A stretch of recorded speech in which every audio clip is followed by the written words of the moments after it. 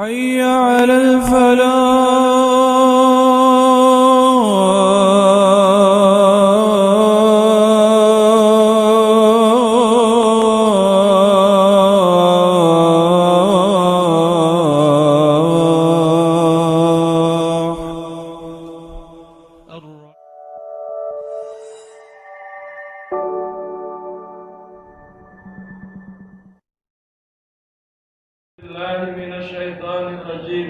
Bismillahirrahmanirrahim. Yauma la yanfa'u malun wala banun illa man atallaha biqalbin salim. Wa qala Rasulullah sallallahu alaihi wasallam, usikum bitaqwallahi azza wa jalla wa sam'i wa ta'ati fa in ta'ammara alaikum abdun fa'alaikum bisunnati wa sunnati khulafai rasyidin al-mahdiyyin uddu 'alaiha bin nawajib. Hadirin jamaah Jumat rahimakumullah, marilah kita terus memuji dan bersyukur kepada Allah Subhanahu wa taala. Allah lah yang telah memberikan beribu nikmat yang tidak dapat kita hitung. Maka hanya dengan bersyukur kepada Allah, balasan yang harus kita lakukan atas nikmat-nikmat tersebut. Salawat beriring salam mari kita limpah curahkan pada penghulu alam, yakni Nabi besar Muhammad sallallahu alaihi wasallam. Tidak lupa kepada keluarga tercinta, para sahabat setia, para pewaris di setiap zamannya, dan kepada kita segenap umatnya. Mudah-mudahan kita mendapatkan syafaat di dunia dan selamat di akhirat kelak. Amin ya Allah ya rabbal alamin. Jamaah Jumat rahimakumullah, pada kesempatan khutbah kali ini Khatib akan memberikan tema tempat tumbuhnya iman. Kita sering dengar bahwa Rasulullah pernah bersabda, al-imanu yazidu wa yanqus wa yadhhab. Keimanan kita bisa bertambah, wa yanqus bisa berkurang, wa yadhhab bahkan bisa hilang.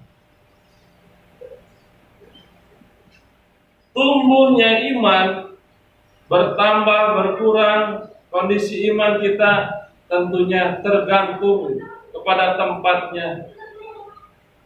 Yakni tempatnya iman adalah hati kita, qalbun. Iman pun bagaikan tumbuhan. Apabila tempat tumbuhnya tersebut subur, bersih, maka pohon bisa tumbuh dan berkembang dengan baik. Begitupun iman. Ketika tempatnya, yakni hati kita, bersih, kita rawat dengan baik, maka iman akan tumbuh dengan baik. Sehingga di dalam Al-Quran ada 3 kategori hati. Yang pertama, tadi seperti dalam mukadimah, yauma la yanfa'u malun wala banun. Pada hari tidak ada manfaatnya harta, tidak ada manfaatnya lagi anak laki-laki yang dibanggakan. Illa man atallaha biqalbin salim, kecuali kita yang datang kepada Allah dengan hati yang selamat, hati yang bersih, hati yang suci. Suci dari apa? Suci dari kotoran dan penyakit-penyakit batin. Sehingga kondisi hati yang kedua yang Allah sebutkan, fi qulubihim marad fazadahumullahu marada. Di dalam hati mereka ada penyakit. Kalau tidak diobati maka fazadahumullahu marada, maka Allah tambahkan sakitnya. Sehingga ketika tidak diobati, begitupun sama halnya dengan kita. Kita sakit, tidak diobati, dibiarkan penyakitnya semakin parah, maka yang terjadi adalah kematian. Begitupun hati kita.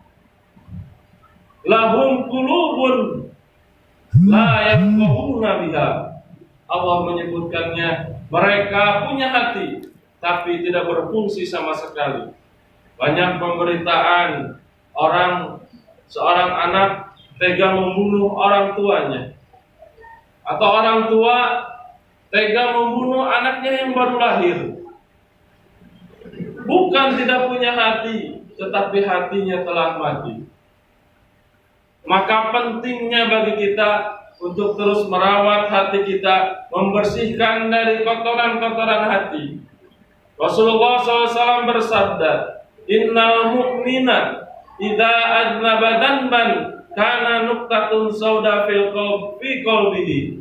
Sesungguhnya seorang mukmin apabila berdosa, maka dia telah menumpahkan noda hitam ke dalam hatinya.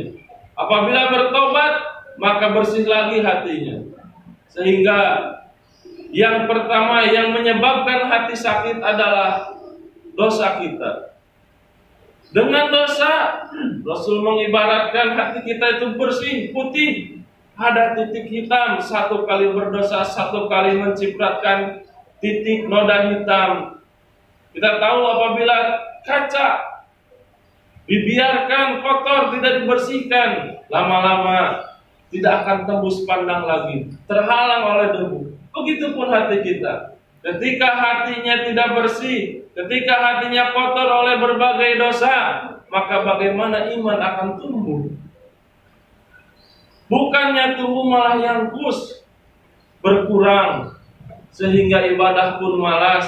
Kita pun pernah merasakan ketika iman kita sedang bertambah, ibadah pun semakin nikmat dirasakan. Bangun tengah malam, bukan malas, tapi semangat, karena tumbuhnya iman kita sedang naik.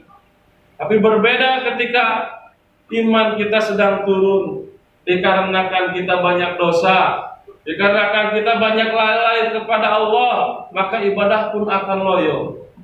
Sehingga obat daripada dosa yaitu adalah dengan memperbanyak istighfar, memperbanyak tobat kepada Allah. Semoga Allah mengampuni seluruh dosa-dosa kita. Kemudian yang kedua, yang bisa menyebabkan hati kita kotor, yang bisa menyebabkan hati kita berpenyakit, ada yang dinamakan dengan penyakit hati, penyakit rohani. Imam Al-Ghazali dalam kitabnya Al-Arba'in fi Usuluddin, setidaknya ada 10 penyakit hati. Di antaranya riya, sombong, hubbud dunya, tergila-gila terhadap dunia, hubbur riasah, tergila-gila kepada pangkat, jabatan yang kita miliki, harta yang kita miliki bukan digunakan, tapi malah menjadi tujuan, bukan alat. Sedangkan kehidupan dunia ini bukanlah tujuan. Tujuan kita adalah kehidupan akhirat yang abadi. Dunia dan kehidupan dunia merupakan alat bagaimana kita mencapai kepada Allah dengan hati yang selamat tadi, qalbun salim. Ketika kita datang kepada Allah dengan qalbun salim, maka itulah yang akan disambut oleh Allah. Kemudian penyakit-penyakit batin itu bisa diobati yang pertama dengan memperbanyak zikir kepada Allah Subhanahu wa taala. Kalau tadi dosa, obatnya adalah banyak istighfar. Kalau penyakit hati seperti tadi, ujub, bangga diri, sombong, tergila-gila terhadap dunia, maka banyaklah zikir kepada Allah. Dengan kita senantiasa menyambungkan hati kita kepada Allah, kita akan merasa malu ketika akan berbuat maksiat. Kita akan merasa malu, merasa ditatap oleh Allah. Dalam konsep tasawuf namanya muraqabah, merasa diawasi oleh Allah.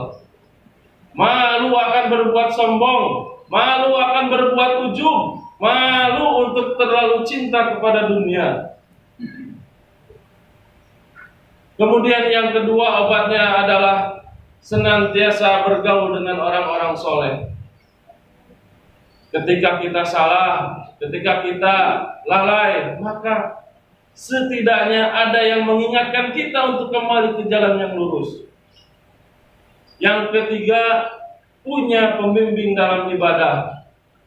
Ini yang sangat penting. Dulu para sahabat sukses meraih dunia dan akhiratnya karena ada yang membimbingnya dalam beribadah kepada Allah, yakni Rasulullah Sallallahu Alaihi Wasallam. Sekarang kita sudah ditinggalkan oleh Rasulullah 15 abad yang lalu, tapi Rasul Allah dan Rasulnya tidak diam, maka diutuslah al ulama warasatul anbiya. Jadikanlah ulama sebagai pembimbing kita, jadikanlah ulama Rabbani sebagai imam kita, bukan hanya dalam sholat saja, namun jadikan al ulama menjadi imam kita dalam seluruh aspek kehidupan kita. Insya Allah dengan kita menjalankan agama di bawah bimbingan ulama, maka kita akan mendapatkan dibersihkan hati kita menjadi qalbun salim. Ketika qalbun kita, hati kita selamat, maka iman kita tumbuh dengan baik, ibadah pun akan dilaksanakan dengan sungguh-sungguh. Hati yang mati, banyak faktor hati yang menyebabkan hati mati. Pertama adalah al-aqwan fil qalbi, banyaknya gambaran-gambaran dunia di dalam hati. Tadi terlalu cinta terhadap kehidupan dunia, banyaknya gambaran di dalam hati bisa menyebabkan hati kita mati. Kemudian yang selanjutnya yang menyebabkan hati kita mati, al-ghaflah, lalai kepada Allah. Ketika kita lupa kepada Allah, maka seenaknya kita berbuat maksiat, tidak malu terhadap aturan-aturan yang telah disyariatkan oleh Allah dan Rasulnya. Maka dengan disampaikannya kajian pada khutbah kali ini, mudah-mudahan kita bisa terus menjaga hati kita. Kita bisa terus membersihkan hati kita agar hati kita ditumbuhi dengan iman, iman berkembang dengan baik di dalam hati kita sehingga ibadah kita dengan sungguh-sungguh dan diterima oleh Allah Subhanahu wa taala. Barakallahu li wa lakum.